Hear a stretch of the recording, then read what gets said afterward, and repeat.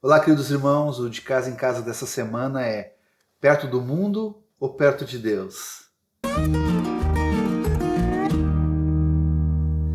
E aí, Eduardo, o que achou desse tema que nós temos para compartilhar Boa essa noite, semana? irmãos. É um tema bastante amplo, com muita riqueza. Inclusive, esse capítulo, Tiago começa falando palavras bem fortes, como, por exemplo, brigas, intrigas, prazeres, guerras, cobiças e outras coisas. Isso nos leva a lembrar e refletir sobre o efeito do pecado no homem, porque ele diz ali no versículo 1 a respeito do conflito que estão dentro de vocês. Ou seja, o pecado afetou o homem como indivíduo. E ele passou a ser um ser em conflito, uma guerra civil ambulante. Tanto que a primeira coisa que ele fez foi fugir da presença de Deus. Porém, o pecado também afetou no sentido intrapessoal a mulher que me deste.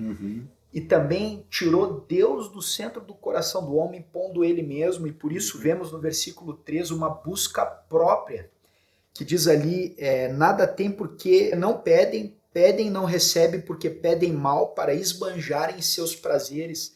E isso também é mais antigo, nós podemos ver lá em Isaías 58, versículo 13 e 4, porque jejuamos e tu não notas, porque nos humilhamos e tu não levas isso em conta. Acontece que no dia em que jejuam, vocês cuidam dos seus próprios interesses e oprimem os seus trabalhadores. Eis que vocês jejuam apenas para discutir, brigar e bater uns nos outros. Jejuando assim como hoje, o clamor de vocês não será ouvido lá no alto. Interessante que quando nós fazemos a coisa certa com a motivação errada, se torna a coisa errada. Vira religiosidade. Porém, nós não devemos fazer o que é certo, porque as pessoas fazem o que é certo de maneira errada. Mas nós devemos corrigir a motivação do nosso coração e fazer aquilo que agrada ao Senhor. Isso é verdade. É interessante, né, que nessa questão até do pedir, a gente tem uma coisa muito própria, assim, é que às vezes nós achamos que temos autoridade para pedir todas as coisas, mas nós podemos pedir, mas quando é segundo a vontade de Deus, esse egoísmo que tem do homem de pedir e pedir mal, porque são pelos seus próprios interesses.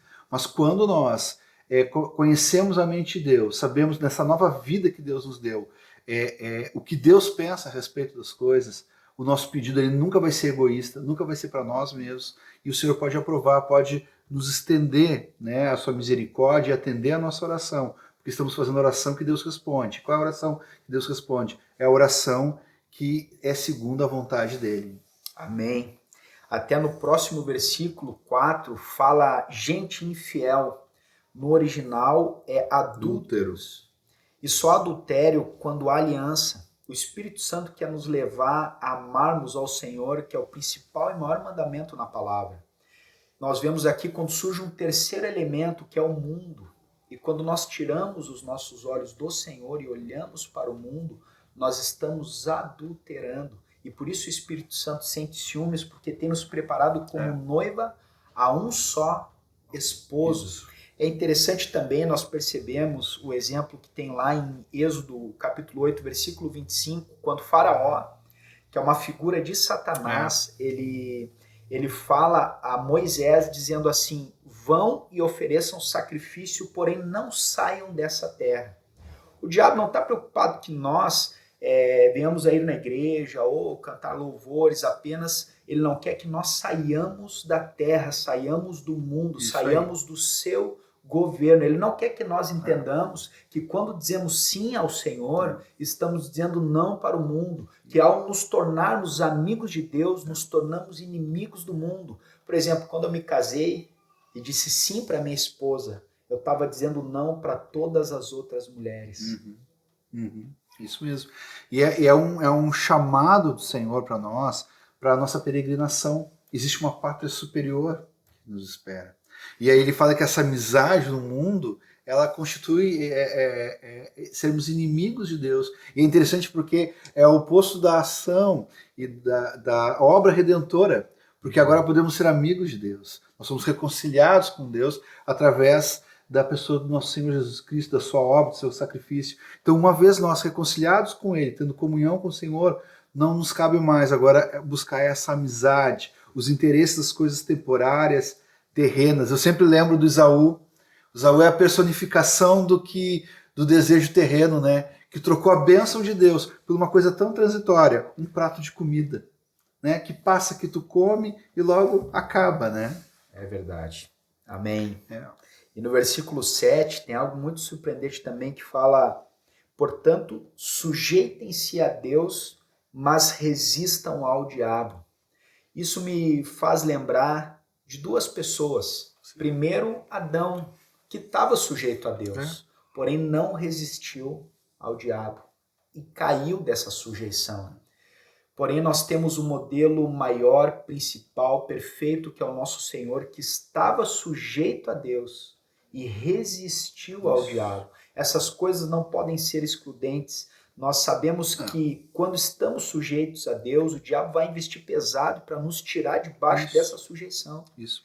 Porém, nós temos que ter essas duas coisas como modelo nosso próprio Amém. Senhor Jesus. Amém. Glória a Deus.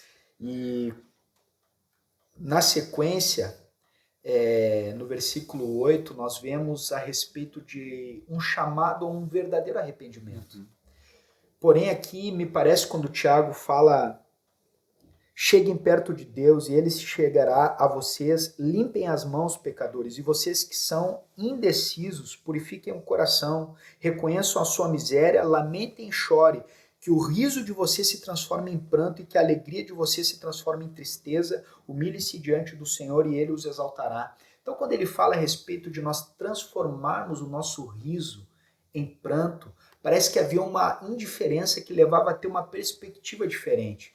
E nós podemos lembrar, por exemplo, da igreja de Laodiceia, que ela achava que estava rica e abastada, que não precisava de coisa alguma, porém a realidade dela era outra. E também lá em 1 Coríntios capítulo 10, versículos 6 e 7, fala a respeito do povo de Israel. Não sejamos idólatras como eles foram, que eles sentaram, se divertiram, enquanto na realidade eles tinham que lamentar e chorar por sua idolatria, fazendo referência a Êxodo capítulo 32. Então, lá em 2 Coríntios 7, 10, fala da tristeza segundo Deus, que produz arrependimento. Isso. E é essa tristeza que eu creio Tiago se refere, que nós temos que ter frente ao pecado. Isso. Nós temos que lamentar, nós temos que chorar, nós temos que nos aproximar do Senhor, diferente da tristeza do mundo que produz morte. E eu lembro nisso com relação a Pedro e a Judas. Judas teve tristeza, mas era remorso. Não se fechou o ciclo do arrependimento. Ele confessou ao jogar as moedas de prata. Pedro também pecou, também se entristeceu, mas Pedro se arrependeu. E eu creio que ele teve o fim que diz, e eu creio que é o alvo de Deus: humilhe-se diante do Senhor e ele os exaltará. É verdade, esse arrependimento, né, é muito difícil a gente se arrepender achando que ainda temos a razão. Quando achamos que temos a razão, é impossível ter arrependimento, né? Mas esse arrependimento é uma mudança de atitude para com Deus. E essa mudança de atitude, se tem que haver a mudança, é porque alguma coisa não está certa. Mas ela é sempre diante do Senhor, para com Ele. Muda a minha forma de ser. E é muito bem lembrado disso, porque o que aconteceu com Judas foi realmente assim, fruto de falta de arrependimento. E a vida santa, irrepreensível do Pedro foi baseado num arrependimento verdadeiro. Ele viu quem era o Senhor, a sua santidade, reconheceu o estado que ele estava, né? E se humilhou. E esse é difícil haver um caminho de arrependimento sem humilhação. Mas a coisa linda desse texto aqui, e que o Japa já mencionou, é que uma vez nós humilhados diante do Senhor, nós vamos ser exaltados por Ele mesmo. Amém. Amém. E eu acho linda também a graça nessa contrapartida do Senhor, que quando nós nos arrependemos, nos achegamos, temos a promessa Amém. Que Ele se achegará Amém. para nós. Amém. O Senhor se achegará para nós. Por isso devemos ter esse coração diante do Senhor. Amém. Amém. E nessa certeza em fé que Ele é gracioso e perdoador. Glória a Deus. Glória a Deus. Irmãos, o texto fecha ali falando de não haver julgamento. E é muito interessante, a gente tem mencionado muito isso quando a gente olha essa carta de Tiago, aos irmãos que estão espalhados em toda parte, e E de fato ela é muito semelhante ao Sermão do Monte, aos Provérbios, onde existem blocos de ensinamento, né? Agora estamos falando sobre isso. E pode achar que no meio desse assunto nós não conseguimos ligar, como é que a gente liga agora o não julgar dentro desse entendimento, né? Mas os próprios versículos anteriores estão falando sobre isso, né?